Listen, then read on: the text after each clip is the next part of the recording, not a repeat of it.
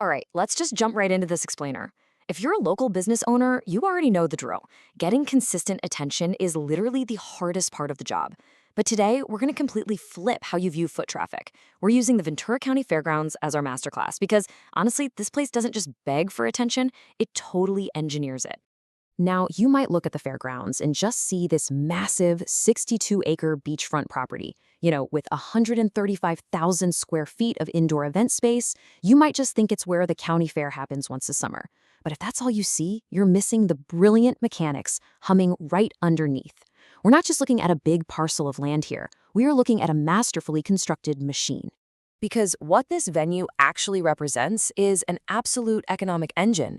It's an ecosystem that actively pulls in foot traffic, creating these massive vendor opportunities, sponsorships, food sales, and local visibility. It's living proof that attention isn't just something you buy through expensive ads. It's engineered through place, community, and timing. So let's get right into Section 1, the local traffic engine. Which brings us to Section 2, creating reasons to gather.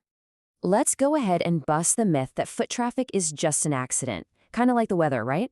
Strong venues don't just wait around for it to rain. They manufacture the weather. They sell the gathering itself.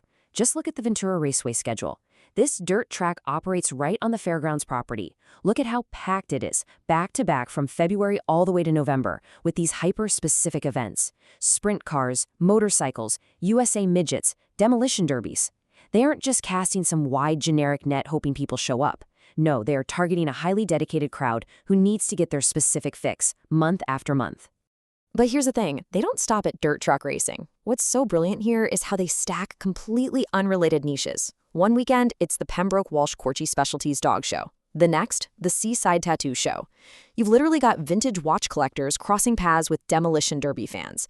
By layering these super specific communities on top of foundational, recurring events like their weekly Wednesday swap meet, they guarantee continuous, diverse foot traffic. They essentially make their venue indispensable to a dozen completely different subcultures. And that leads perfectly into Section 3, the economic ripple effect. So when you build a powerful enough reason for people to gather, you create this massive economic ripple effect. A traffic engine of this size feeds the entire surrounding zip code. To handle all this manufactured traffic during peak times, they actually build out incredible temporary infrastructure. Because, on-site parking is limited, they actively pull people from 6 different local hubs, like the Pacific View Mall and the local teen center.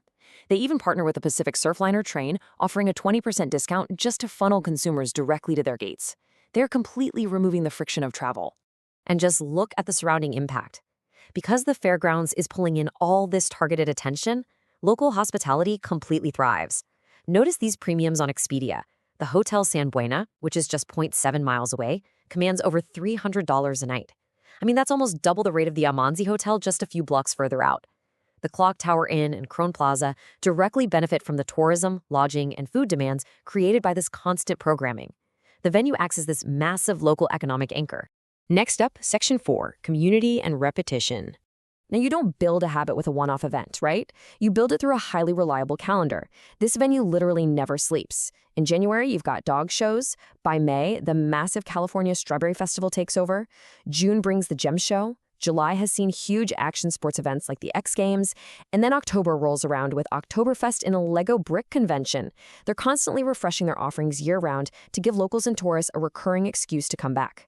The pitch isn't, hey, come to the fairgrounds. It's, hey, it's October. It's time for Oktoberfest. The timing itself becomes the marketing. What's truly fascinating about this programming is the juxtaposition of scale. On one hand, they host these massive, globally televised mega events, like building literal street arenas for Tony Hawk and huge dirt mounds for motocross during the Summer X Games.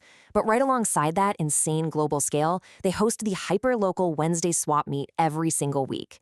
It just goes to show that community building works at every single level, from international broadcasts all the way down to neighbors trading vintage goods on a Wednesday morning. Which brings us to our final part, Section 5, the blueprint for businesses. So what does this all mean for you? How do you take the 62-acre masterclass and actually apply it to your own store or restaurant? Look, you might not have a massive arena or a dirt track, but the underlying mechanics of human behavior, they're exactly the same. It requires a fundamental shift in perspective. The traditional mindset is super passive. You rent a storefront, run some digital ads, and basically just wait. But the fairgrounds mindset, it's active. You become the active catalyst for gathering. You realize that attention isn't just something you buy from an algorithm. It's proactively created through your physical space, your timing, your events, and your local community. You really don't need 60 acres to pull this off.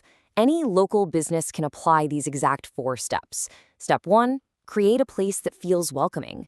Step 2, leverage timing. Maybe host a Saturday morning coffee club or a First Friday art show. Step 3, foster community by partnering with local niche groups. We're talking run clubs, watch enthusiasts, local artists, whoever fits. And step 4, repeat. Repeat it relentlessly until it becomes an absolutely reliable habit for your neighborhood. When you really study the Ventura County Fairgrounds, you realize pretty quickly that foot traffic isn't luck. It is a direct byproduct of community and event programming. So I'm going to leave you with this question to ask yourself tomorrow morning. Are you just sitting behind a register waiting for the algorithm to magically send you a customer? Or are you actively building a community that has no choice but to show up?